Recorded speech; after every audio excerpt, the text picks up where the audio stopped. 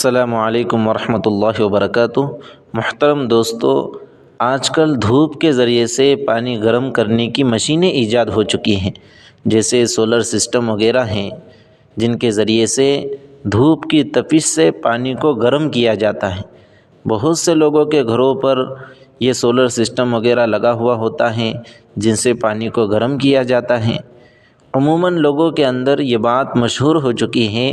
کہ جو پانی دھوپ میں گرم ہوا ہو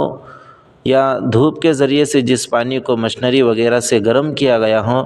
ایسے پانی سے وضو اور غسل کرنا جائز نہیں ہے۔ جبکہ صحیح جواب یہ ہے، صحیح مسئلہ یہ ہے کہ دھوپ کے اندر جو پانی گرم ہوا ہو یا کسی ایسی مشنری سے گرم کیا گیا ہو جو مشنری دھوپ سے پانی کو گرم کرتی ہے، جیسے سولر سسٹم وغیرہ ہیں، تو ایسے پانی سے وضو اور غسل بھی درست ہو جاتا ہے، اس میں کوئی کراہت نہیں ہے۔ باقی اگر طبی اعتبار سے کوئی ڈاکٹر یا کوئی حکیم